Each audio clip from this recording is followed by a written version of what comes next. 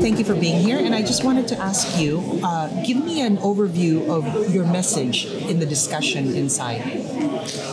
I've come to the Digital Agenda meeting to share the good news, the optimism, that this is one of those rare moments where everything is up for grabs. We're at the very early stages of a revolution in how we communicate, how we produce things, where value lies. And there's no reason that Cyprus can't be where some of these enormous growth companies of the future that use AI are located.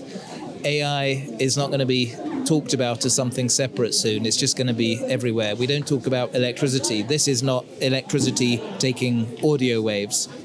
It's just a way of us speaking. And AI is adding cognitive abilities to pretty much everything.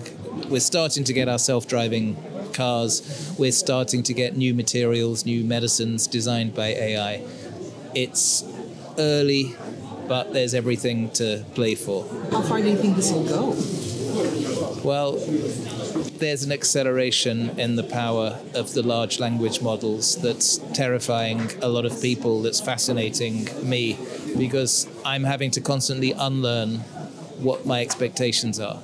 And if you're making a Hollywood movie with hundreds or thousands of people involved, suddenly there are new commercial versions of generative AI that can do a lot of that pretty persuasively for the audience in a different way.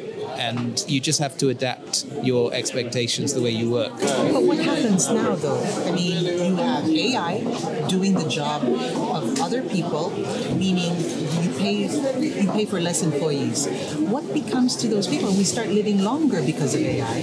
So what happens? We become a welfare state? Everybody will be supported by the state? Or would they have to share, let's say, the profits? Businesses will have to share the profits or distribute it somehow, because it's not survivable, I don't think, for the humans. If you think honestly about your workday, how many of those tasks are not much fun, are pretty routine, could be pre-programmed? And we're going to get a growth in robotics as well as AI. And the truth is, for many of us, I talk to a lot of startups. A lot of the questions I ask the startups are fairly standard questions. The way a lot of us spend time doing budgeting, marketing, reach out, that can be automated. The good news is that liberates the human to do the higher level, more satisfying tasks.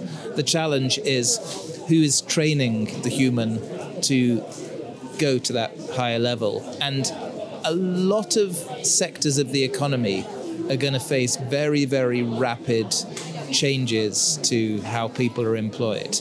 And in the short term, there's going to be some social dislocation. There's going to be protests, marches, strikes.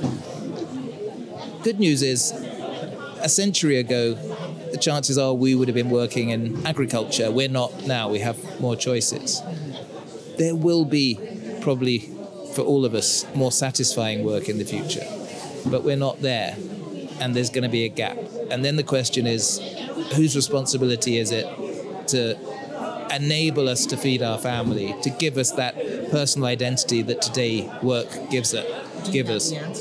I think it's going to be a combination of the big employers, the governments, the education system having to rethink. Education does not stop now at university level. It has to be constant and replenished, and you have to teach people to unlearn and relearn. Interesting. Can you just tell me anything else to add? Because I just wanted to ask you what you think of this year's digital agenda. How do you like the speakers? What do you think of the event in general? Do you think it's beneficial for Cyprus? Cyprus is in a really strong position. You have strong technical universities. You're attracting foreign talent. There's conflict in other places. People are leaving. Your tax regime is making it attractive. You've got the makings of a startup ecosystem.